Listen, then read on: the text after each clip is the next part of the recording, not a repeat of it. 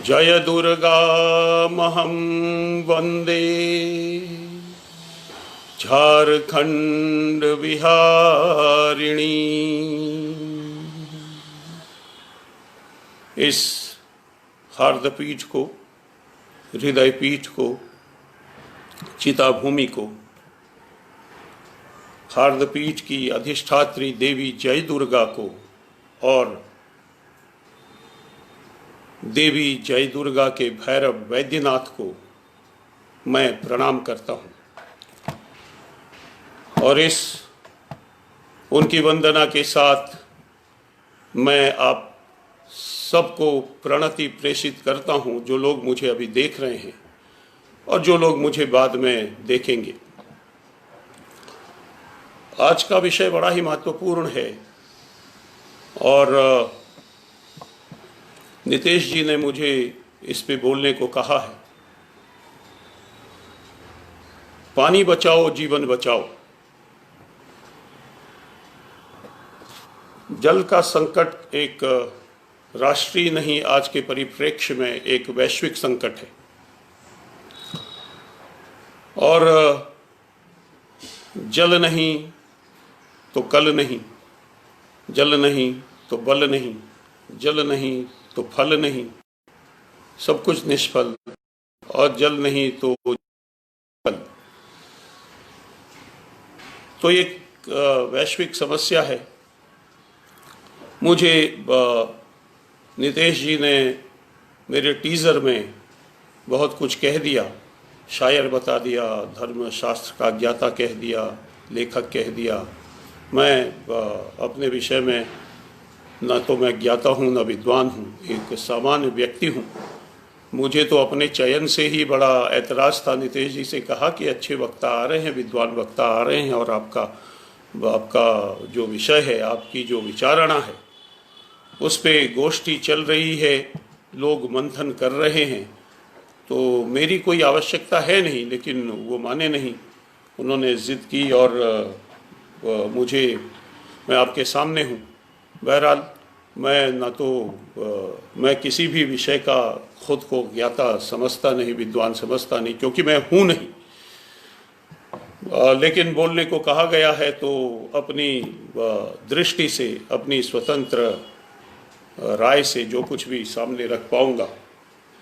चूँकि उन्होंने धर्मशास्त्रों का भी ज्ञाता कह दिया है मुझे, तो मैंने आज के अपने इस वक्तव्य को, अपनी इस तकरीर को 3 हिस्सों में, छोटे छोटे हिस्सों में बांटा है। पहला हिस्सा जो है वो विशिष्ट इसलिए है कि हमें देखना पड़ेगा कि हमारी संस्कृति में भारतीय मनीषा जल के विषय में क्या सोचती थी। हमारे ऋषि महर्षि जल के विषय में क्या सोच के गए, हमें क्या दे के गए, तो हमें मिलेगा कि बड़े संवेदनशील थे वो, बड़े ही जागरूक थे जल के संबंध में। इसीलिए जल को उन्होंने कहीं पे माता कह दिया, कहीं उन्होंने नारायण कह दिया, कहीं शिव कह दिया, कहीं ब्रह्मा विष्णु महेश कह दिया। जल की व्युत्पत्ति क्या है? जलति। और आपको इस छोटी सी व्युत्पत्ति में जल के प्रति हमारे मनीषियों की सोच, इसीलिए कहा कि भारतीय मनीषा क्या सोचती थी, वो आपको स्पष्ट हो जाएगा। जलम जलति जीवयति लोकान। जलम, जल की परिभाषा बता रहे हैं, व्युत्पत्ति कर रहे हैं, तोड़ रहे हैं उसको। व्युत्पत्ति मतलब एटोमोलॉजी। तो जलम जलति, जलति जीवयति लोकान, आच्छादयति भूम्यादीनीति। वाह, जलम। 2 बातें कही गई। जीवयति लोकान, जल वो है जो जीवन देता है लोकों को। हम 3 लोक मानते हैं, सभी लोकों को, सभी लोकों में जीवों को जीवन प्रदान जो करता है वो जल है। और फिर कहा जलति आच्छादयति भूम्यादीन, भूमि आदि लोकों को जो आच्छादित करता है, ढक लेता है, उसका नाम है जल। और फिर कह दिया पानीयम जो पानीय है, पेय है, जिसको आप ड्रिंकिंग कहते हैं, जो पीने योग्य है, वो है जल। और जल क्या है? तो रूपत्व, द्रव्यत्व, प्रत्यक्ष योगित्व, धर्मों से युक्त, गुरु रस विशिष्ट, पंच महाभूतांतर्गत भूत विशेष है जल। पंच महाभूतों में एक भूत है, भूत मतलब तत्व।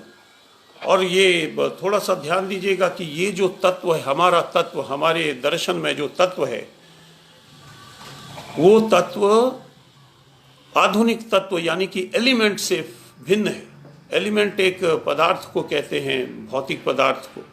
कोई भी तत्व हो सकता है, कोई भी सामान है। हमारे यहाँ तत्व वो नहीं है। हमारे यहाँ तत्व जीवनाधायक है, जीवन का आधान करता है, जीवन को स्थापित करता है, जीवन का न्यास करता है। और इसीलिए कहते हैं कि वो भूत है, वही तत्व है। तो पंच महाभूतों का शरीर है, पंच महाभूतों से बना हुआ शरीर है। पांच भौतिक विग्रह कहते हैं हमारे और आपके शरीर को, पंच महाभूतों से बना है। आपने दोहा पढ़ा होगा सबने, मैं कोई नई बात नहीं कह रहा, ये सब जानते हैं। क्षिति जल पावक गगन समीरा, पंच तत्व का अधम शरीरा। तो ये जो शरीर है वो क्षिति आकाश, जल पानी, पावक अग्नि, गगन, अच्छा क्षिति पृथ्वी, क्षिति जल पानी, क्षिति जल पावक तेज अग्नि, गगन आकाश और समीर वायु से बना हुआ पांच भौतिक, ये पंच महाभूत मानते हैं हम इसको, कहा जाता है। तो पंच महाभूतों का पांच भौतिक शरीर है ये। और इस शरीर में वैज्ञानिक दृष्टि से देखें तो इस शरीर में आधिक्य किसका है? 70% जल है और बाकी चीजें हैं। तो यहाँ भी 70% जल। पृथ्वी पर जल की मात्रा कितनी है? 71%, 71% जल है। और भूमि कितनी है? तो 29% भूमि है। तो मैं प्राचीन मनीषा की बात कर रहा था कि उन्होंने कहा कि रूपत्व रूप है, द्रवत्व है और प्रत्यक्ष योगित्व है। इन धर्मों से युक्त जो रस विशिष्ट है और पंच महाभूतांतर्गत भूत विशेष जल है, इसे कहा। और पहले मैंने बताया जलति जीवयति लोकान इति जलम, जलति आच्छादयति भूम्यादीन इति जलम। तो जो आच्छादित कर ले, जो जीवन का आधायक है, वो जल है। जो लोक में, संसार को, तीनों लोकों में जीवों को जो जीवन देता है, वो जल है। अब आप देखें तो ऋग्वेद से लेकर कहीं पे ऋग्वेद में माता कह दिया गया, मैंने कहा नारायण कह दिया। ऋग्वेद के 5वें मंडल में सूक्त आता है, आपो सूक्त है, प्रथम मंडल का 5वां अध्याय, उसमें सूक्त आता है। कहीं पे उसको कुछ कहा, कहीं पे कुछ कहा। और देखिए एक मंत्र 1-2 में पढ़ देता हूँ निकाल के आपके सामने के। आपो देवी रूपः वै यत्र गावः पिबन्ति नः सिन्धुभ्यः कर्त्वं हविः। आपो देवी रूपः वै यत्र गावः पिबन्ति नः सिन्धुभ्यः कर्त्वं हविः।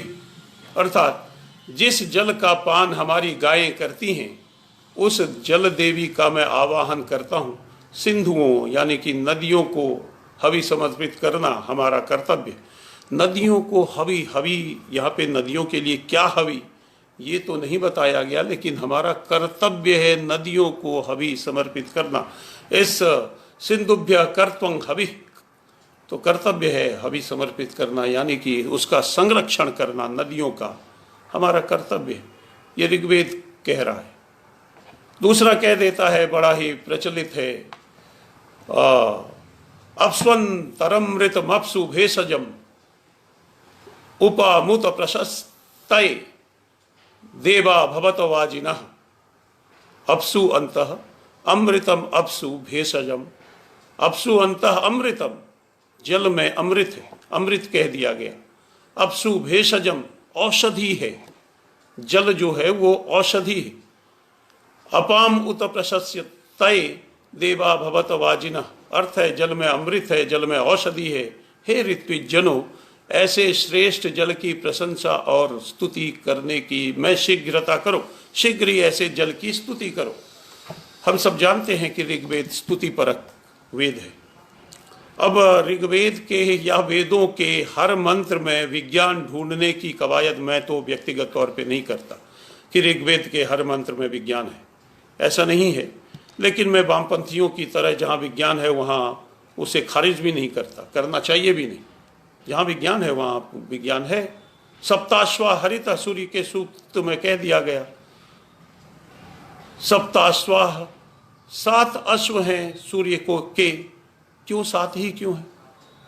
अगर हमारे ऋषियों को ये पता नहीं होता कि सूर्य की किरणों में 7 रंग होते हैं, सूर्य की किरण में, रश्मि में, प्रकाश में 7 रंग होते हैं, तो सप्त नहीं कहते, वो अष्ट कह देते।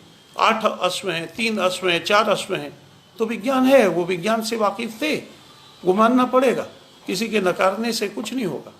लेकिन ऐसा भी नहीं कि हर मंत्र में गुरुत्व शब्द देखा और हमने कह दिया गुरुत्वाकर्षण का है। गुरुत्व तो वहाँ पे श्रेष्ठत्व के लिए आया था, वैसा भी नहीं। एक समन्वयात्मक दृष्टि रखनी चाहिए, ये मेरी व्यक्तिगत सोच है, बाकी जिसकी जैसी रुचि।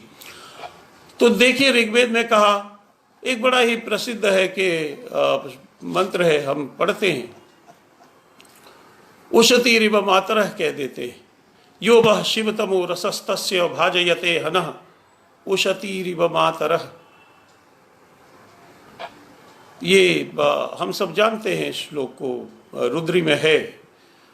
तो मातरः कह दिया जल को, तो ऋग्वेद में माता कहा गया है। जलम ही प्राणिनां प्राणः जलम शस्यस्य जीवनम न जलेन विना लोके शस्य बीजम प्रजायते। अब जीवन क्यों कहा?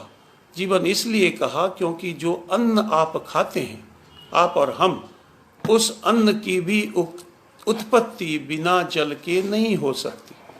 उस अन्न को हम बिना जल के उत्पादित नहीं कर सकते। इसीलिए कहा जलं ही प्राणिनः प्राणाः जलम शस्यस्य जीवनम, शस्य का भी जीवन है और उस शस्य से हम अपना जीवन, शस्य मतलब अनाज, फसल, और उस फसल से हम अपना जीवन चलाते हैं। देखिए दूसरा श्लोक है, ये राजवल्लभ कहकर एक ग्रंथ है वास्तुशास्त्र का, आर्किटेक्ट का, कह देते हैं कि भेषज कहा ना जल को, भेषज औषधि है, और कहते हैं कि किसी भी अवस्था में रोगी रहे तो भी जल पिलाओ। और देखिए कितना है, और यहाँ भी कहा कि पानीयं प्राणिनां प्राणास तदा यत्तं हि जीवनम, तदा यत्तम ही जीवनम, तत् आयत्तम जलेन आयत्तम, जल से आवृत है, आयत्त है, जल से ही घिरा हुआ है हमारा जीवन। तो पानीयं, जो पानी है, प्राणिनां प्राणाः, प्राण कह दिया जल को, जल प्राण है। वैसे तो प्राण क्या है? हमारे शरीर में वायु है, प्राणापान व्यानोदान समाना, प्राणवायु है। इसीलिए कह देते हैं कि प्राण उड़ गए, अगर वायु नहीं होता प्राण, हम बहुवचनांत यूज करते हैं, प्रयोग में लाते हैं, प्राण हमारे अगर वायु रूप में नहीं होते तो हम उड़ गए नहीं कहते। तो वायु है, कह दिया प्राण है। जल के प्राण मतलब जिससे प्राणी की सत्ता रहे वो है प्राण। तो प्राण कह दिया, आपको सत्ता रखने के लिए प्राण चाहिए, जल चाहिए। जल तभी रहेगा जब आपकी, जब प्राण तभी रहेंगे जब आपके पास जल होगा। तो पानीयं प्राणिनां प्राणास् तदा यत्तं हि जीवनम तस्मात् सर्वास्वस्थासु न क्वचिद वारी वार्यते, वारी न क्वचिद वार्यते, कभी भी वारी का, जल का वारण नहीं किया जाता है, हमेशा हर अवस्था में। और भी महिमा गाई गई है जल की, भरा पड़ा है। मैं कुछ बता दूं आपको कि मैंने कहा कि नारायण कह दिया जल को, आपो नारा इति प्रोक्ता, ये ब्रह्म पुराण का श्लोक है। आपो नारा इति प्रोक्ता आपो वै नरसूनवः अयनम तस्य ताह पूर्वम तेन नारायण स्मृतः।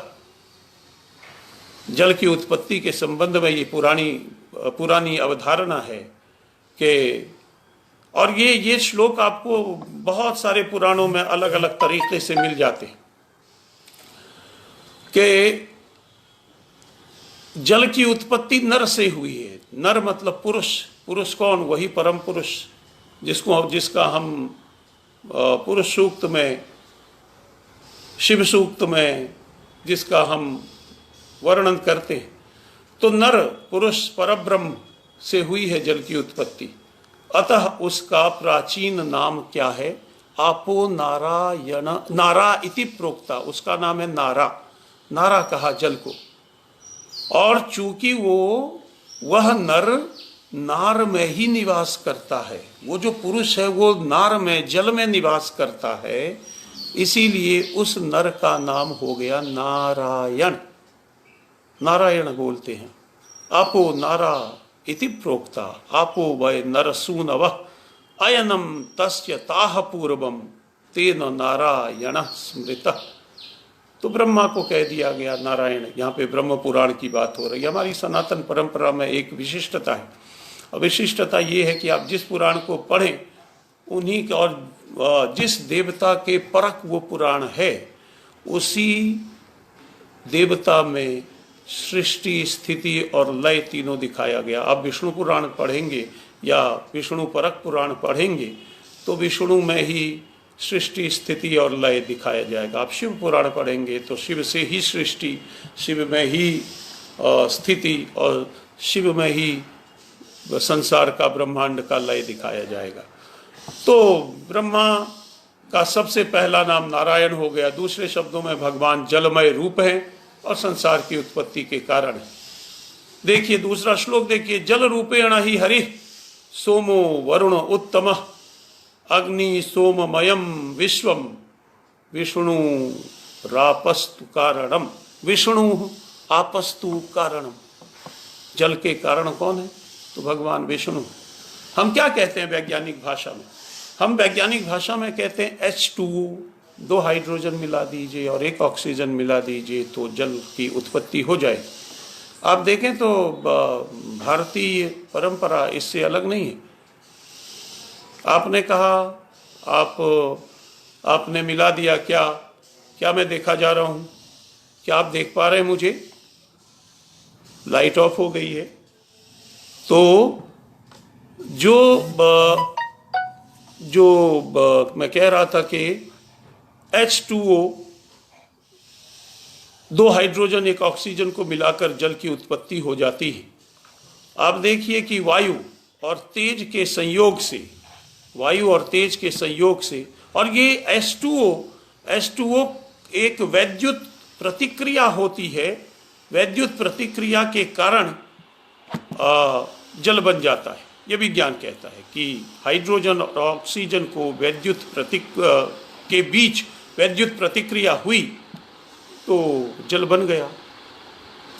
हम शास्त्रों में क्या कहा गया कि वायु, गैस और तेज के मिश्रण से जल की उत्पत्ति होती है। तो आप ये देखें कि तेज को अगर आप वैद्युत प्रतिक्रिया मान लें तो कोई फर्क नहीं है विज्ञान की अवधारणा में, हमारे शास्त्रों की अवधारणा में। तो आप कह सकते हैं कि शास्त्रीय रीति में भी जल की उत्पत्ति के कारण आपको दिख जाएंगे, ये वैज्ञानिक तथ्य आपको दिख जाएंगे वहाँ पे। तो ये एक पक्ष था जो थोड़ा सा मैंने भारतीय मनीषा को आपके सामने जल के संबंध में रखने की चेष्टा की कि पंच महाभूतों के अंतर्गत जल बहुत विशिष्ट है और हमारे शरीर में 70% जल है, और वो जल नारायण के रूप में है, शिव के रूप में है, ब्रह्मा के रूप में है। हमारी सनातन परंपरा ये भी है कि हम उसे ब्रह्मा, विष्णु, महेश से जोड़ देते हैं ताकि, और जो जीवनाधायक है वही ब्रह्मा, विष्णु, महेश। जो हमें जीवन, सृष्टि, स्थिति, लय जो जीवन देता है, जो हमारी सत्ता को यहाँ बनाए रखता है स्थिति काल में, और जिसमें सब कुछ लय हो जाता है, वही ब्रह्मा विष्णु महेश है, वही परम ब्रह्म परमात्मा है। इसको आप जिस भी नाम से पुकारना चाहें, अल्लाह के नाम से, खुदा के नाम से, गॉड के नाम से, वाहिगुरु के नाम से, हम इसको अपनी संस्कृति में पुकारते हैं ब्रह्मा विष्णु महेश के नाम से। ये एक भारतीय, और इसीलिए नदियों की महिमा गाई गई, इसीलिए वापी, कूप, तड़ाग इत्यादि के खनन की, दान की, जलदान की महिमा गाई गई। हम जलदान करते हैं, और जलदान में भी, उस घटदान में भी बड़ा ही, हम देवघर समाज में प्रचलित है, बड़ा ही सुंदर श्लोक आता है कि स्वर्णदान समफलम पानीयं प्राणिनां प्राणा, पहले भी आ चुका ये, पानीयं प्राणिनां प्राणा पानीयं पावनं महत् पानीयस्य प्रदानेन प्रीयन्ते सर्वदेवताः। इसकी ये इसलिए बोल रहा हूँ कि सभी देवता प्रसन्न हो जाते हैं, इसीलिए मैंने ये कह दिया कि इस श्लोक से बहुत सारे लोग वाकिफ़ हैं। घटदान में ये, जिसको हम घटदान, ठिल्लीदान, विशुभ संक्रांति और अक्षय तृतीया में जो जलदान करते हैं, घटदान क्या, घट में कुछ भर के देंगे। आजकल सुना है यहाँ बोतल दान होने लगा है, मतलब पानी की बोतल, बिस्लेरी की बोतल या जो भी लोकल, वो दान होने लगा है। तो पानीयं प्राणिनां प्राणा, यह जो पानी, ये जल है, वो प्राणियों का प्राण है। और पानीयं पावनं महत्, बड़ा पवित्र है। और पानी यस्य प्रदाने न प्रियंते दर सर्व देवता, इसके प्रदान से बहुत सारे देवता, सभी देवता प्रसन्न होते हैं। और मीन कर्कट योर मध्य, यह भी बड़ा प्रचलित श्लोक है। मैं बाद में 2-4 श्लोक और पढ़ दूंगा, उसके बाद दूसरे इस वक्तव्य के, इस तकरीर के दूसरे पक्ष पे आऊँगा मैं, जहाँ जल संकट की, वैश्विक संकट और भारत में स्थिति की बात करेंगे। तो मीन कर्कट योर मध्य गाढ़ं तपति भास्कर, मीन राशि और कर्क राशि के बीच में जब प्रगाढ़ रूप से तपते हैं भास्कर, स्वर्ण दान समफलम, उस समय वैशाख में, जेठ में, स्वर्ण दान समफलम वारिदाने युधिष्ठिरम, तो स्वर्ण दान के समान फल होता है हे युधिष्ठिर। महाभारत का श्लोक है। महाभारत में और सारे बहुत दान, जल दान के महत्व में, की महिमा में बड़े श्लोक कहे गए, 1-2 में पढ़ देता हूँ। कहते हैं कि अन्ने दत्ते नरेणेह, अन्ने दत्ते, अन्न दान से क्या होता है और जलदान से क्या होता है। अन्ने दत्ते नरेणेह प्राणा दत्ता भवन्त्युत प्राण दानात् हि परमम नौ दानमिह उच्यते। अन्न को अन्न कहा और अन्नदान का महत्व बताया, और कहा कि जलदान जो है वो प्राणदान है, तो अन्नदान से प्राणदान ज़्यादा महत्वपूर्ण है। और प्राणदानात् हि परमम नौ दानमिह उच्यते, तो प्राणदान से बड़ा कोई दान नहीं है, यानी कि प्राण जल को कहा गया, जलदान से बड़ा कुछ नहीं। और अन्नम नापि प्रभवति, जैसा कि ऊपर एक श्लोक में कहा कि अन्न की उत्पत्ति भी किससे होती है, तो जल से होती है। तो वही कह रहे हैं ये महाभारत का श्लोक, अन्नम नापि प्रभवति पानीयात् कुरु सप्तम, हे कुरु सप्तम, अन्नम नापि प्रभवति पानीयात् कुरु सप्तम, अन्न भी प्रभावित, उत्पन्न नहीं होता है, अन्न का प्रभाव नहीं हो सकता, प्रादुर्भाव नहीं हो सकता बिना पानीय के, जल के। और नीर जाते नहीं बिना न कचित संप्रवर्तते, जल के बिना कुछ भी प्रवर्तित नहीं होता इस संसार में। भगवान की उक्ति है, तस्मात् पानीय दानाद्वय, तस्मात् प्राणी पानीय दानाद्वय न परम विद्यते क्वचित पानीय दानाद्वय जल दानाद्वय परम, उससे ऊपर, जलदान के ऊपर, न विद्यते क्वचित, कुछ भी नहीं है। तच्च दानान् नरो नित्यम यदि चेद भूतिमात्मनः, तस्मात् पानी दानाद्वय न परम विद्यते क्वचित तच्च दानान् नरो नित्यम यदि चेद भूतिमात्मनः। अगर नर अपना ऐश्वर्य चाहता है, अपनी भूति चाहता है, तो जल का दान करे, क्योंकि इस जल के दान के बिना, जल के दान से बढ़कर कोई भी दान इस संसार में नहीं है। एक दो और देख लीजिए, धन्यम यशस्यम आयुष्यम जलदाना जलदानमिहोच्यते शत्रुंश्चाप्यधिकौन्तेय सदा तिष्ठति तो यदः। इससे बड़ा कुछ नहीं है। धन्य धन इससे मिल जाता है, यश इससे मिल जाता है, आयु इससे मिल जाती है, सब कुछ इससे मिलता है, इसीलिए इससे बढ़कर कोई दान नहीं है। और वो परम लोक में जाकर भी पुण्य का भागी होता है। सर्वान कामान नवाप्नोति कीर्तिश्चैवेह शाश्वतीम, शाश्वती सनातन कीर्ति, शाश्वती कीर्ति उसको प्राप्त होती है जो जलदान करता है। सर्व कामान नवाप्नोति कीर्तिश्चैवेह शाश्वतीम प्रेत्य चात्यंत मशनाति पापेभ्य प्रमुच्यते। तो पापों से मुक्त हो जाता है। ये महाभारत के श्लोक थे, भगवान कह रहे हैं युधिष्ठिर से। तो इस तरह से इस वक्तव्य के इस भाग में मैंने आपको प्राचीन भारतीय मनीषा की ओर आपका ध्यान आकृष्ट किया कि हमारी प्राचीन भारतीय मनीषा, हमारे ऋषि महर्षि किस प्रकार जल के प्रति बड़े सजग, बड़े संवेदनशील थे। और इसीलिए उन्होंने ब्रह्म कह दिया, ब्रह्मा बता दिया, नारायण बता दिया, शिव बता दिया जल को। और जलदान की महिमा गाई गई, हमारे पुराणों में गाई गई है, स्मृतियों में गाई गई है, महाभारत रामायण में इसकी महिमा गाई गई है।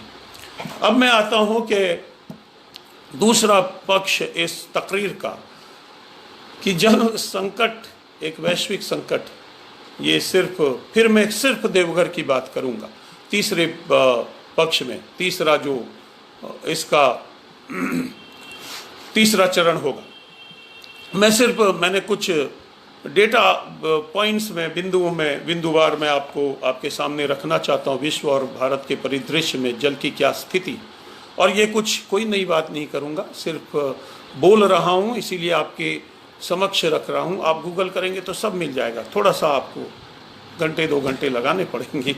बस मैं आपको और कुछ चीज़ें मुझे नाटक कराते हुए, स्ट्रीट प्ले कराते हुए कुछ चीज़ें मुझे ध्यान में हैं। उस रिसर्च के दौरान मुझे वो पता चला था, तो वो भी मैं रखना चाहता हूँ। मैंने जॉट डाउन कर लिया है, मैं पढ़ देता हूँ, आपके सामने रख देता हूँ, और उसमें जो मुझे बोलना पड़ेगा। सबसे पहली बात कि पृथ्वी पर जल की मात्रा 71% और 29% भूभाग है। ये हम जानते हैं और बचपन से पढ़ते आए हैं।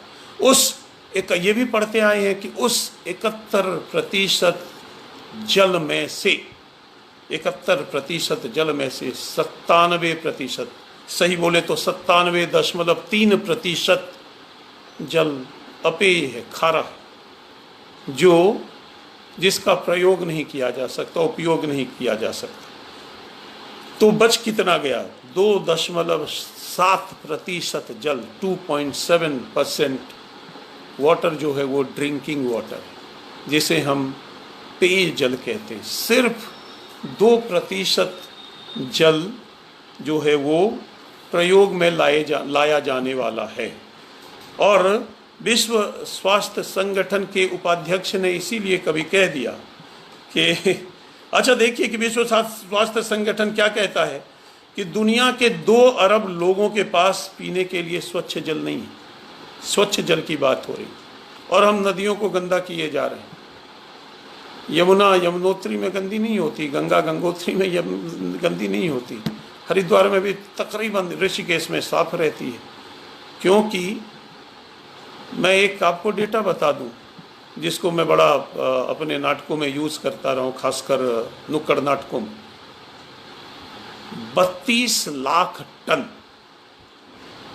रिपीट करता हूँ, 32 लाख टन 32 लाख टन औद्योगिक और घरेलू कचरा रोज गंगा में डाला जाता है। गंगा साफ कहाँ से होगी? कहाँ से होगी गंगा साफ? 32 लाख टन औद्योगिक, domestic and industrial waste only in Ganges जिसको आप कह देते हैं। मुझे बड़ी चिढ़ है इस नाम से, गैंगेज। गंगा में 32 लाख टन घरेलू और औद्योगिक कचरा रोज डाला जाता है। मुझे ध्यान में, स्मरण में आ गया, मैं बात करता चलूँ। एक पर्यावरणविद हो गए, अभी 2-3 साल पहले उन्होंने देह त्यागा, वो दिवंगत हो गए। अनुपम मिश्र नाम था उनका। बड़े रेनॉन्ड हैं, सभी लोकप्रिय हैं। आप यूट्यूब पे जाएंगे तो बहुत सारे उनके मिल जाएंगे वीडियोस। पर्यावरणविद अनुपम मिश्र ने एक किताब लिखी, आज भी खरे हैं तालाब। इसकी चर्चा मैं जब देवघर की बात करूंगा अगले चरण में, अभी तो उसकी चर्चा करूंगा। आज भी खरे हैं तालाब। और यह पुस्तक प्रकाशित है राजस्थान से, और कई भाषाओं में, और इसको कमाने के लिए नहीं करते, बड़ी ही सस्ती पुस्तक और बड़ी ही काम की पुस्तक है। तो अनुपम मिश्र जी क्या कहते थे कि नदियों को साफ करने के लिए पैसे की जरूरत बिल्कुल नहीं है, कतई नहीं है। नदियां बरसात में उतनी क्षमता रखती हैं कि खुद को स्वयं साफ कर लें। आप उसे गंदा करना छोड़ दीजिए। और घरेलू कचरा तो वो ढोलेंगी, लेकिन जो इंडस्ट्रियल वेस्ट है, जो औद्योगिक कचरा है, उसे नहीं सह पाती। आपको पता है दिल्ली तक आते आते यमुना में, सिर्फ हरियाणा में 4 ऐसे नाले गिर जाते हैं जो यमुना का रंग काला कर देते। उसके पहले यमुना साफ ही रहती है लगभग, और फिर दिल्ली में नाला गिर जाता है, और फिर कानपुर में जाते जाते और भी हालत, आगरा तक जाते जाते और भी हालत, मथुरा तक जाते जाते बुरी हो जाती। तो यमुना और गंगा कहाँ से साफ रहेगी? मैं फिर से बोल देता हूँ, 32 लाख टन घरेलू और औद्योगिक कचरा सिर्फ गंगा में रोज, और सैकड़ों बांध आप पहाड़ों पर ही रोक रहे हैं उसको। मेरे एक स्ट्रीट प्ले की 2 लाइन पढ़ देता हूँ। उसमें गंगा खुद आती है और कहती है, आ हिमालय बंगाल तक मुझे अविरल बहने दो, तुम्हारी माँ गंगा हूँ, मुझे पतित पावनी कहाँ से रहेंगी अगर आप उसमें कचरा डालते जाएंगे तो। और उसको रोकते रहेंगे और सुरंगों से, टनल से गुजारते रहेंगे और बांध बनाते रहेंगे, तो अविरल, उसकी अविरलता। नदी क्या है? नदी क्या है? कोई सीमा है, कोई व्यक्ति है। सुप्रीम कोर्ट ने कहा था, उसको व्यक्ति की संज्ञा दी थी, लेकिन फिर से हटा लिया। नदी धारा का नाम है, जो बह रही है वही नदी। या प्रवहति सा नदी, तो जो बह रही है वही नदी है। आप उसके बहाव को भी, उसकी अविरलता को ही, अविच्छिन्नता को ही रोक लेंगे, तो फिर अविरल कहाँ से रह जाएगी वो? तो 32 लाख, ध्यान रखिएगा, 32 लाख टन घरेलू कचरा रोज, औद्योगिक और घरेलू कचरा रोज, सिर्फ और सिर्फ गंगा में। यही हालत देश की सभी नदियों की, चाहे वो साउथ की नदियां हो, चाहे वो उत्तर भारत की नदियां हो, पश्चिम की हो, जहां भी बहने वाली नदी। एकमात्र नदी जिसको नद है, जो महानद है, ब्रह्मपुत्र में गर्मी में भी पानी रहता है, बाकी देश की किसी भी नदी में पानी नहीं रहता। ऐसा लगेगा कि जैसे ये बरसाती नदी। और बहुत सारी नदियां, कभी नदियों पे बात हुई तो एक मेरा नाटक है, नदियां करे पुकार के। खैर उसकी बात बाद में करेंगे। मैं यहाँ पे आपको डेटा दे रहा था इस चरण में कि जल संकट कितना भयावह है, ये देखिए। और जल संकट से सर्वाधिक ग्रसित जो 17 देश है विश्व में, उसमें भारत भी है। हमारा प्यारा भारत, महान भारत, जहाँ की मनीषियों ने, जहाँ की मनीषा ने जल के बारे में इतना कहा, जल की इतनी महिमा गाई, नारायण कह दिया, शिव कह दिया, ब्रह्म कह दिया, और जलदान को न जाने क्या क्या क्या। मैंने सारे श्लोक आपके सामने रखे, सारे में से कुछ श्लोक आपके सामने रखे, ऋग्वेद से लेकर यहाँ तक देखिए। और उस 17 देशों में सर्वाधिक जल संकट से जूझ रहे, सर्वाधिक जो सबसे अधिक जूझ रहे हैं, ग्रसित है, सर्वाधिक जो ग्रसित हैं, ग्रस्त हैं बोलना चाहिए, जो ग्रस्त देश हैं, उनमें 17 देशों में भारत का नाम भी है। और भारत में 50%, भारत के 50% क्षेत्रों में सूखे की स्थिति है, अकाल है। और ये अकाल एक स्थायी अकाल की स्थिति। पहले अकाल और बाढ़ कभी कभी आया करती थी, आजकल हर साल आती। बाढ़ भी आती है, अकाल भी आती है। क्या कर दिया हमने। आगे देखिए कि ये नीति आयोग का डेटा है, मेरा नहीं है, 2018 का डेटा है नीति आयोग का। और सबसे ज़्यादा दक्षिणी और पश्चिमी राज्य हैं 50% सूखे में। आप लातूर जानते हैं, आप वो उस कुएं की तस्वीर आपने फेसबुक में देखी होगी जहाँ पे हज़ारों लोग उसमें पानी लेने के लिए महिलाएं जुटी हुई। देखिए भारत के 21 प्रमुख शहरों में रहने वाले 10 करोड़ लोग भीषण जल संकट से जूझ रहे हैं और आने वाले दिनों में ये स्थिति भयावह होने वाली है। जल्दी जल्दी पढ़ देता हूँ क्योंकि इसमें कुछ भी नया नहीं है, आप सब जानते हैं, या फिर आपका ध्यान मैं सिर्फ खींच रहा हूँ। देखिए भारत की 12% जनसंख्या, 12% जनसंख्या पहले ही डे ज़ीरो की परिस्थितियों में रह रही है। डे ज़ीरो आप जानते हैं कि डे ज़ीरो किसको कहते हैं। डे ज़ीरो की अवधारणा केप टाउन से शुरू हुई थी, दक्षिण अफ्रीका की राजधानी, और वो वीडियो भी आपने देखा होगा किस तरीके से ये अवधारणा इसलिए हुई क्योंकि वहाँ पे जल संरक्षण के प्रति जागरूकता लाई जा सके वहाँ पे, और विश्व में एक जागरूकता लाई जा सके, इसलिए डे ज़ीरो का नाम दिया गया। डे ज़ीरो का मैं अनुवाद करता हूँ जल शून्यता। वो दिन जब जल शून्य हो जाएगा क्षेत्र, उसको डे ज़ीरो क्षेत्र कहेंगे। तो डे ज़ीरो की स्थिति में 12% जनसंख्या पहले से ही रह रही है भारत में। नगरों को, महानगरों को, जिसको हम नगर या महानगर या चकाचौंध में, जहाँ मैं भी रहता हूँ, मैं भी दिल्ली का पार्ट हूँ, तो बेंगलुरु, कलकत्ता, चेन्नई, मुंबई जैसे शहर, हैदराबाद जैसे शहरों की क्या स्थिति है वो देखिएगा। तो भारत में 2030 तक, भारत में 2001 डेटा कह रहा है, ये सारे डेटा नीति आयोग के हैं, मेरे नहीं, या कहीं इसके उसके लिखे हुए नहीं, 2018 का डेटा है नीति आयोग। 2030 तक भारत में जल की मांग आपूर्ति से दुगुनी हो जाएगी। कितनी भयावह स्थिति है। जल की मांग दुगुनी हो जाएगी जितनी आपूर्ति हम कर पाएंगे 2030 तक। अभी भी बहुत बुरी है स्थिति, लेकिन 2010 सालों में, बस सिर्फ 10 साल बचे हुए। अब देखिए कि समग्र जल प्रबंधन सूचकांक यानी कि composite water management index report क्या कहता है। समग्र जल प्रबंधन सूचकांक की रिपोर्ट में कहा गया कि देश के 21 शहर, जिस शहरों का नाम लिया कुछ सालों में ज़ीरो ग्राउंड वाटर लेवल पर पहुंच जाएंगे, जहां पे उस शहर के पास अपना पानी नहीं होगा पीने को।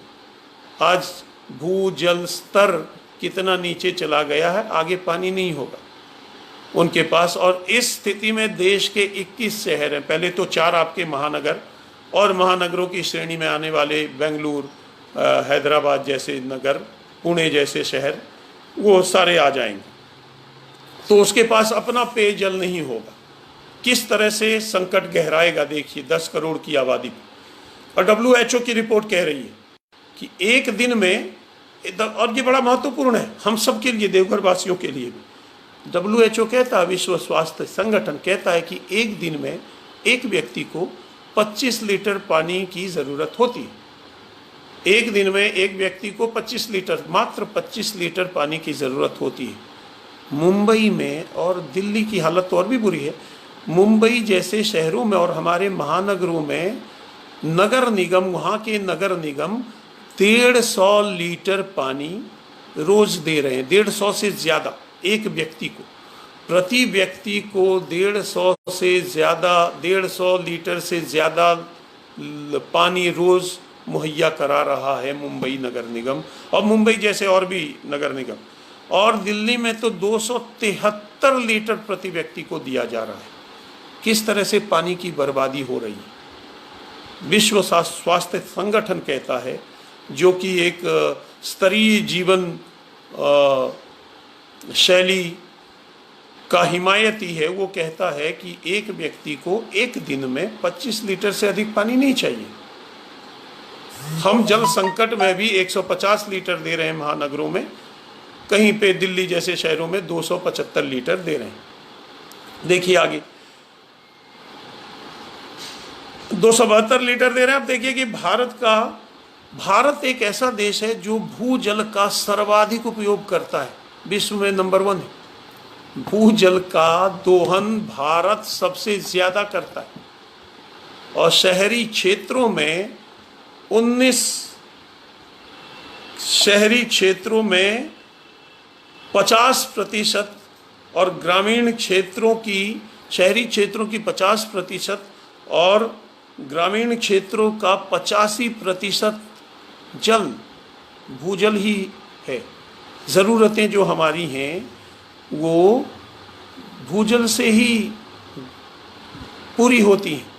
शहरी क्षेत्रों में 50% हिस्सा और ग्रामीण क्षेत्रों में 85% हिस्सा भूजल से ही लेते हैं।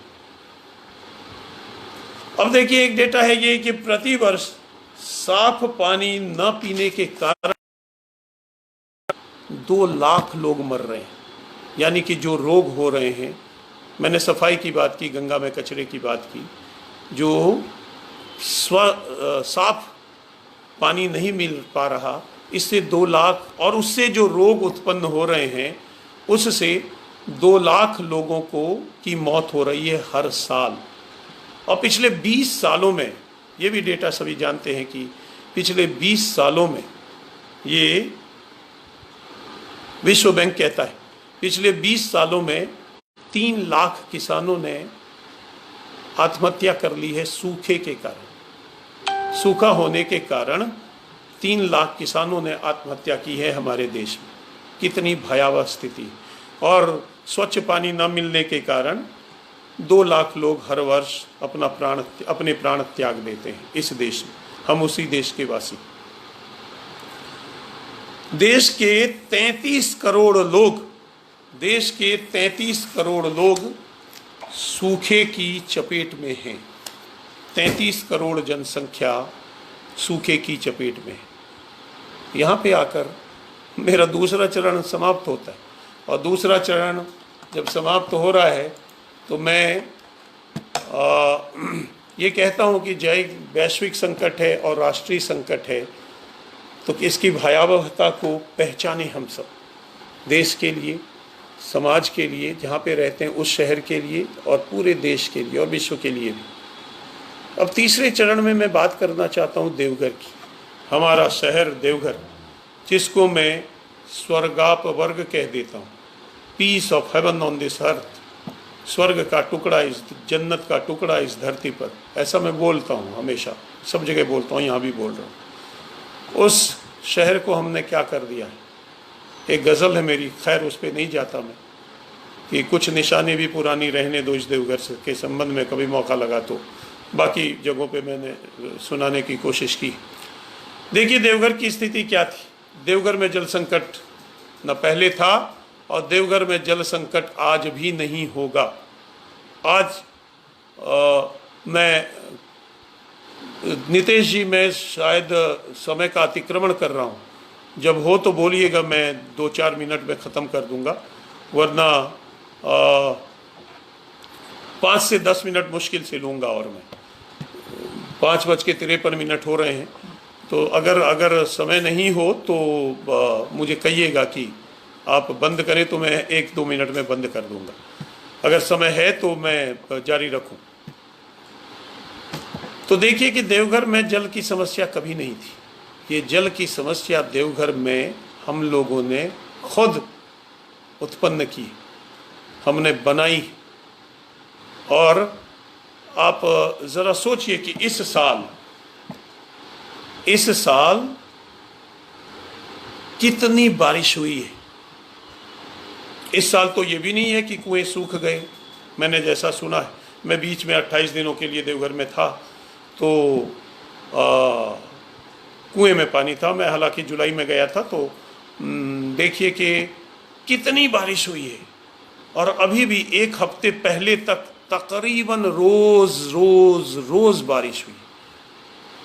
किसी से बात होती थी, बाबूजी से रोज बात होती थी तो कहते थे आज भी बारिश हुई, आज भी बारिश हुई। जिससे दोस्तों से बात हुई तो उन्होंने कहा कि तंग आ गए बारिश।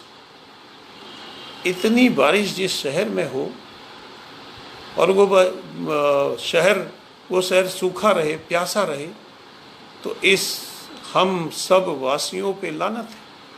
नीति नियामकों पे जो नियंत्रित करते हैं उन सबों पे लानत क्यों नहीं भेजना चाहिए। मैं खुद को कह रहा हूँ, मैं किसी व्यक्ति विशेष के विषय में नहीं बोल रहा। कितनी बारिश होती है लेकिन जल संरक्षण के नाम पे कुछ भी नहीं है हमारे शहर। मैंने नितेश जी से कहा था कि मैं अधिकृत व्यक्ति नहीं हूँ कि वाटर हार्वेस्टिंग पे बोल सकूँ तकनीकी रूप से। मैं हिमायती हूँ नेचुरल तरीके से, प्राकृतिक रूप से वाटर हार्वेस्टिंग करने का। मैं आपको देवघर के तालाबों के नाम गिना देता हूँ जो पिछले 30 साल पहले थे और आज नहीं। मैंने 93 में देवघर छोड़ा है। देवघर छोड़ क्या सकता हूँ, देवघर तो हर पल हर लम्हा दिल में है, तो वो छूटेगा तो नहीं। लेकिन जब मैं दिल्ली आया, दिल्ली कर्मस्थली बन गई है, तो जब मैं दिल्ली आया तो 93 और कुछ पहले तक, वहाँ कुछ पहले तक जो तालाब थे वो मैं गिना देता हूँ आपको। देखिए कि इनमें से कितने आज बचे हुए हैं और देखिए कि कितने दूरदर्शी थे वो लोग जिन्होंने ये व्यवस्था बनाई थी, जिससे कि पूरा देवघर नगर सिंचित रहता था, सिक्त रहता था। सभी लोग किस तरह से, जहाँ तक जल की बात, और किसी तरफ जाइए, अंजलि अपनी जोड़िए और जल उठाइए और पान कर लीजिए, पी लीजिए। आज का देवघर क्या है? हम बचपन में बात करते थे कि अरब कंट्रीज में, अरब देशों में पानी बिकता है। बड़ा अचरज, बड़ा आश्चर्य लगता था हमें कि पानी भी बिक सकता है। और हमने जीवन में कभी नहीं सोचा था कि देवघर में भी हम पानी खरीद कर पिएंगे। हाँ, मंदिर के आसपास वाले इलाकों में काम के लिए पानी भरवाना पड़ता था, खुद भरना पड़ता था। जब पानी वाला भरिया ना आए तो खुद पानी भरना पड़ता था और कोई इलाज नहीं था। और पेयजल के लिए हम दूर दूर से जाते थे और एक दिन आप सवेरे और शाम नहीं आ पाए, नल का पानी नहीं ले पाए, जो सप्लाई वाटर था नंदन पहाड़ से जिसकी सप्लाई होती थी, तो आपको बसंती मंडप तक जाना पड़ेगा। अब आज बसंती मंडप के क्षेत्र को देख लीजिए, क्या स्थिति है। मानसरोवर खत्म कर दिया गया है। एक क्यों नहीं विरोध किया? मैंने एक कविता, एक गजल लिखी, आजाद गजल, छोटी सी, देवघरिया में। मैं 2 लाइन सुना देता हूँ। ऐज मानसिंगी मरला छे, आगुम जलसार धरला छे। ऐज मानसिंगी मरला छे, आगुम जलसार धरला छे। एक सानक एगिम खाली, सौसे देघर जरला छे। सावन खा जाएगा देश को, देवघर को। सावन आता है, मैं जानता हूँ। सावन आजकल हमारा परिवार मलेमास का पंडा नहीं रह गया। मलेमास से ज़्यादा यजमान हमारे सावन में ही आते हैं। हमारे घर में भी 1-2 लाख की आमदनी होती है, बहुत लोगों का पेट पालता है। लेकिन शहर की स्थिति को खराब करने की सारी जिम्मेदारी सावन की। माफ़ कीजिएगा आप लोग। क्यों मानसिंगी में बनाया गया? क्यों बनाया गया क्यू कॉम्प्लेक्स? और कोई जगह नहीं थी क्या? दुनिया तालाब खोदने पे जुटी हुई है। वाह वाह रे नीति नियामक, वाह रे नेता, और वाह रे देवघर की जनता। एक तालाब का अपने हाथों से गला घोंट के आपने क्यू कॉम्प्लेक्स बना दिया और लोगों ने बनने दिया। मैंने अपनी संस्था परंपरागत समिति को कहा था एनजीटी में डाल देते, गिर जाएगा क्यू कॉम्प्लेक्स। एक आदमी ने डाल दिया ना क्यू कॉम्प्लेक्स का काम। बसंती मंडप का वो नल याद कीजिए, वट वृक्ष के नीचे जहां हनुमान जी हैं आज, उस नल से पानी 24 घंटा गिरता रहता था अगर वो ढीला हो जाता था तो, क्योंकि वो गड्ढे में है। मैं मेरे प्रातः स्मरणीय गुरु जी पंडित उमाकांत शास्त्री जी से पढ़ने जाता था मैं, वो बाबूजी के भी गुरुजी रहे। तो पंडित उमाकांत शास्त्री के घर जाता था, उनके सुपुत्र वो बताते थे उस समय कि एक मंजिले तक उनके यहाँ मोटर नहीं था लेकिन टंकी बनी हुई थी, एक मंजिले तक पानी यूं ही चढ़ जाता था। नंदन पास से सटा हुआ है सरकार भवन के पीछे, कितनी अच्छी बात थी। खुशीदत्त दुआरी लाइन में भी एक मंजिले पे हमारे बचपन में, बहुत बचपन में पानी चढ़ जाता था तो सप्लाई वाटर आता। बहरहाल मैं आपको देवघर के तालाब गिनाता हूँ, फिर थोड़ी सी बात करते हैं। छोटे बड़े तालाब हैं, बांध हैं और जोरियां याद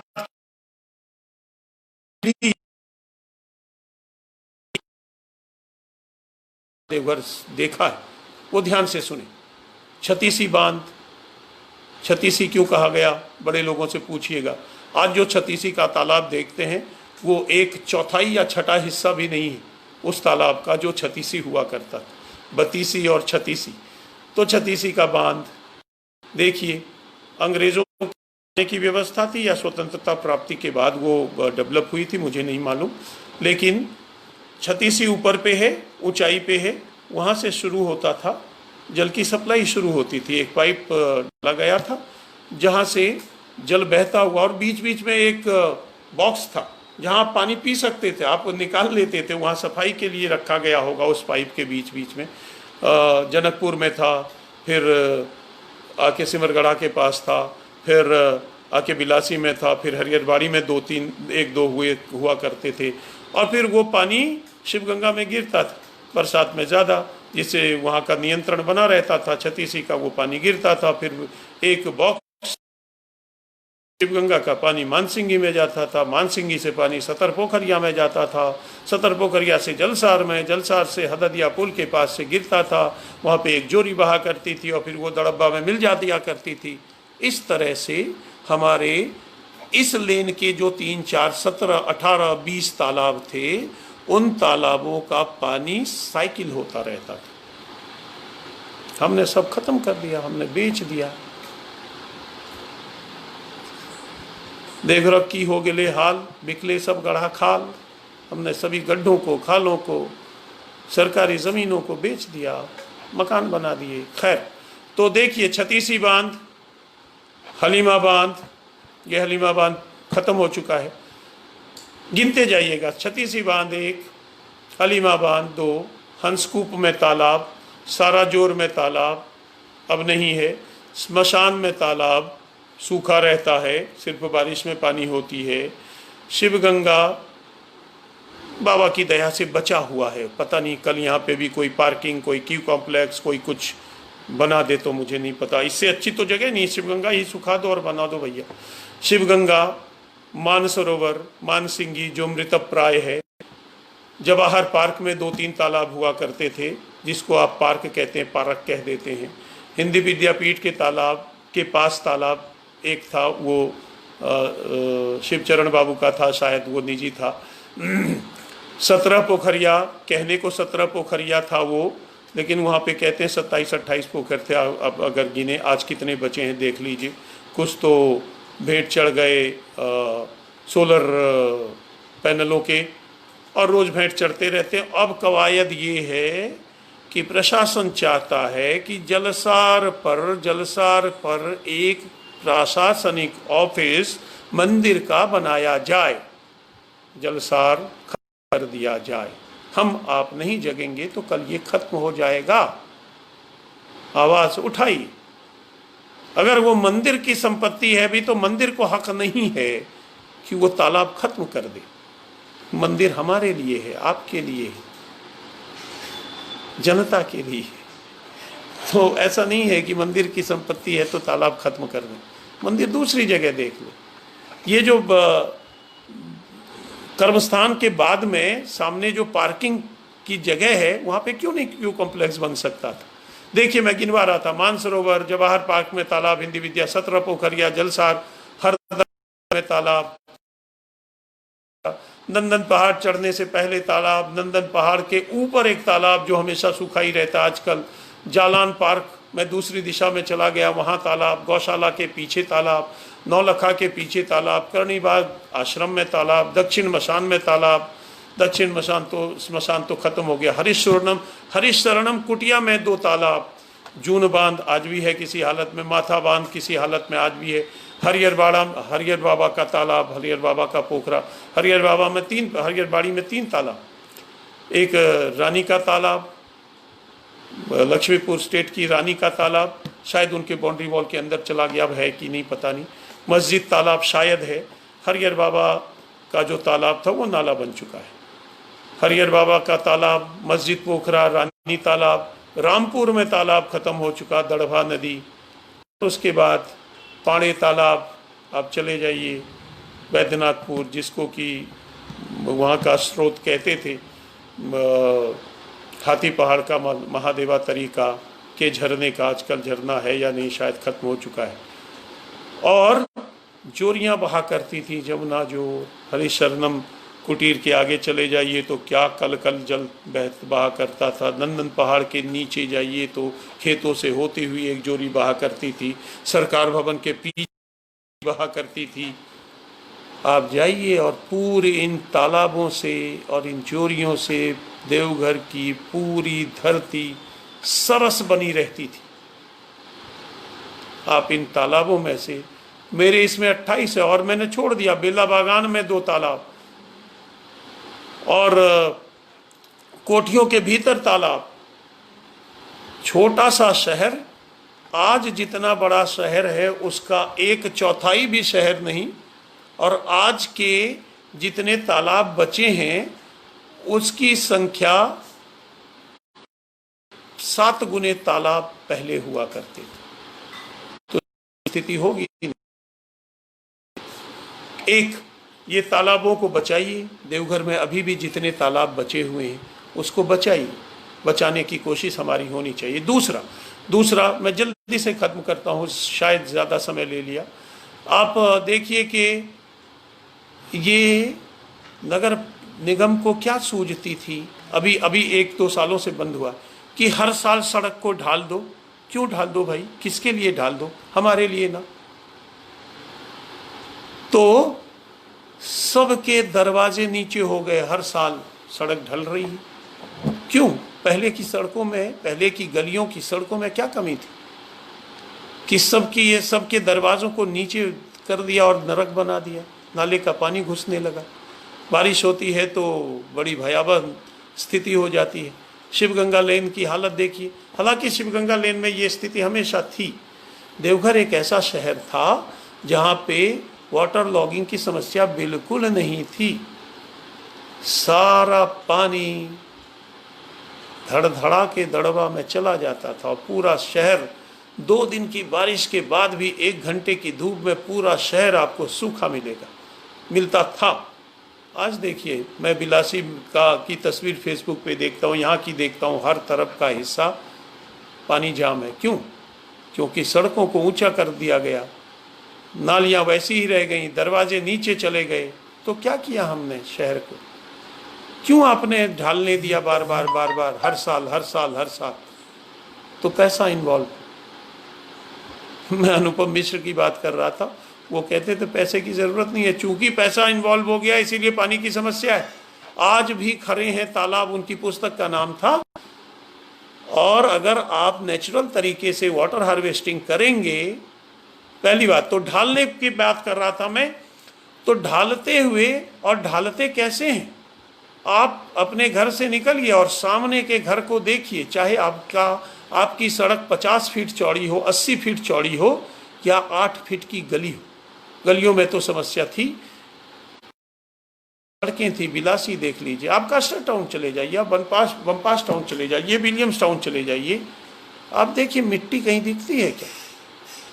मैं पेड़ लगाना चाहता हूँ, आप बता दीजिए मैं पेड़ कहाँ लगाऊं? सड़क के किनारे आपको दिखेगा कि मेरी बाउंड्री वॉल से सामने वाले की बाउंड्री वॉल जो 50 फीट बाद है वहां तक ढाल दिया गया है। जब मिट्टी से पानी की बात क्यों करते हैं? मिट्टी से पानी आप लेने की बात कैसे कर सकते हैं हम लोग? तो इस बाउंड्री वॉल से उस बाउंड्री वॉल तक हमने ढाल दिया है, सड़क बना दी है, मिट्टी रहने ही नहीं दी है। मैं मातृ मंदिर के पास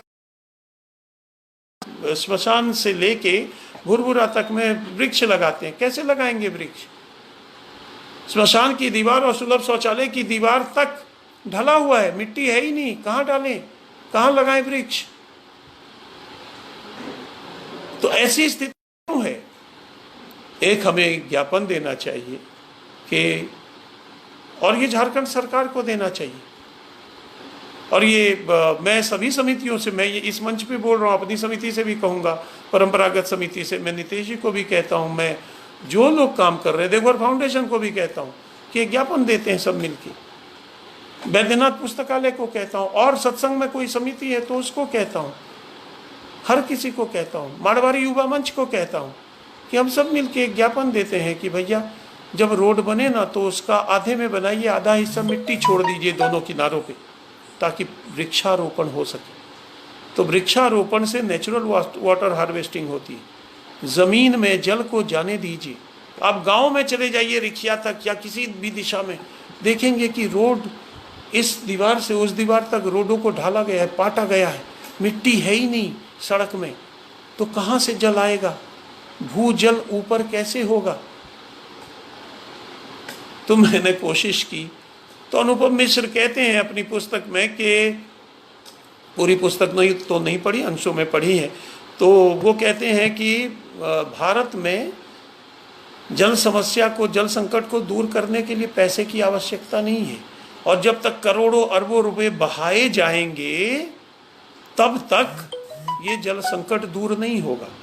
ये मैं नहीं कह रहा, ये पर्यावरणविद अनुपम मिश्र अपनी पुस्तक आज भी खरे हैं तालाब में कहते हैं। हम देवघर के लोग इतने बुद्धिमान हैं, नजरों के सामने मानसिंगी जैसे बहुत अच्छे तालाब को मरने दिया। किसका दोष है? हमारा नहीं है क्या? आपका नहीं है क्या? क्यों मरने दिया? क्यों नहीं बचाया? हम खड़े हो जाते, कहते कि भैया आप नहीं बनाइए यहाँ, जो भी है। मैं किसी से वो नहीं करता हूँ, सांसद महोदय की बहुत, लेकिन जहाँ है हमारी परंपरागत समिति का प्रतिनिधि मंडल उनसे मिला, उन्होंने कहा, हमने कहा कि मानसिंगी में क्यों कॉम्प्लेक्स क्यों बनाए, पार्क में बना लेता, और फिर ये कहा जलसार छोड़ दीजिएगा सर। उन्होंने माना कि हाँ ये है, कुछ कहा उन्होंने, लेकिन जलसार छोड़ दीजिएगा। जलसार नहीं, कि छोटा या बड़ा कोई भी तालाब हो तो उसको बचाइए, तभी आप बचेंगे। देखिए ना बसंती मंडप वाले पूरे इलाके का क्या हाल है। पे थी 2 मंजिला, मतलब आप 20 फीट नीचे था वो पूरा इलाका। आप इस मंदिर से आप उसकी तुलना करें तो वो 20 फीट नीचे है, लेकिन आज भी वहाँ भी पानी का संकट है। क्यों है? थोड़े दिनों में एक जो नंदन पहाड़, मेरी एक कविता नंदन पहाड़ भी है, वहाँ कहा कि पानी का आगार रहता तो पूरे शहर को पानी पिलाता था। नंदन पहाड़ वाले हिस्से में जो गड्ढे में है, पहाड़ से नीचे उतरते हैं जहाँ, वहाँ भी पानी का संकट। बताइए जनाब, देवघर को इस से क्या बना दिया। और आज की जनसंख्या देवघर की वो नहीं है जितनी जो पहले थी 30 साल। मैंने हमारी समिति की तरफ से, मैं एक बार जल संसाधन मंत्रालय के एक IAS ऑफिसर से मिला था 10-15 साल पहले। तो वहाँ पे क्या था, उन्होंने कहा कि आपका क्षेत्र पठारी क्षेत्र है, आप अपने घर में कर भी लेंगे तो ज़रूरी नहीं है कि आपके घर का जल स्तर हो जाएगा, पानी खिसक गया तो वाटर हार्वेस्टिंग सिर्फ मेरे आपके 4 घर, बस सिर्फ, हाँ फिर आ गया। मैं समाप्त करता हूँ, ये नेटवर्क भी कहने लगा है कि आप बहुत बोल चुके हैं, आप समाप्त कीजिए। अंत नहीं होता, मैं जब बोलता हूँ तो 1.25 घंटे बोल चुका शायद मैं तो। और आपने कहा था न्यूनतम समय नीतीश जी है आधा घंटा ही, तो शायद बहुत ज़्यादा बोल चुका। तो वाटर हार्वेस्टिंग ऐसे नहीं होगा कि 10 घर ने कर लिया, जब तक पूरा अंचल नहीं करेगा तब तक वाटर हार्वेस्टिंग से आपको फ़ायदा नहीं होगा। ये मैं जल संसाधन मंत्रालय के एक सीनियर आईएएस ऑफिसर की बात आपको बता रहा हूँ। बाकी तो और आप लोगों ने रिसर्च किया होगा, मैं बहुत उपयुक्त व्यक्ति नहीं हूँ इस वाटर हार्वेस्टिंग की तकनीक पे कुछ बोलने के लिए, और जो विषय नहीं है वहाँ पे बोलना भी नहीं चाहिए। हम सब मिलकर देवघर में तालाबों को बचाएं, जो भी बचे हुए हैं, जो नहीं है बुरी स्थिति में है उसको साफ करें। हम जन अभियान, और सब कुछ सरकार नहीं करेगी, कोई भी सरकार हो, भाजपा सरकार हो, अभी कांग्रेस और झारखंड मुक्ति मोर्चा की सरकार है, सरकार सहायता पहुंचा सकती है आपको। हमें एक जागरूकता लानी चाहिए, और सरकार ऐसे कामों में मदद करती है। हम वृक्षारोपण करें, हम तालाबों को बचाएं, हम बारिश के जल को, और मुझे लगता है कि सड़कों के किनारे अगर मिट्टी पहले की तरह हो तो बारिश का जल बहुत मात्रा में संचित हो सकता है। और देवघर में पर्याप्त बारिश होती है। हम देवघर के जल को अगर दड़भा में बहने न दें तो बहुत हद तक यहाँ की, कम से कम इस शहर की समस्या का निदान हो सकता है। फिर वैश्विक समस्या है, राष्ट्रीय समस्या है, इसलिए हम हाथ पे हाथ धर रहे बैठे रहें, इससे तो समस्या ही रहेगी, कुछ नहीं होगा। हम जो कर सकते हैं व्यक्तिगत तौर पर, समूह के तौर पर, सामाजिक तौर पर हमें करना चाहिए। मैंने अपनी आवेश में किसी को कुछ मेरी बात बुरी लगी हो तो मुझे क्षमा करेंगे। मैंने अपने विचार, चूँकि नितेश जी ने कहा था, रखने की कोशिश की, क्या था कैसे मुझे नहीं, शब्दों के साथ अपनी वाणी को विराम देता हूँ। सबको नमस्कार करता हूँ और फिर से क्षमा चाहता हूँ अगर मेरी बात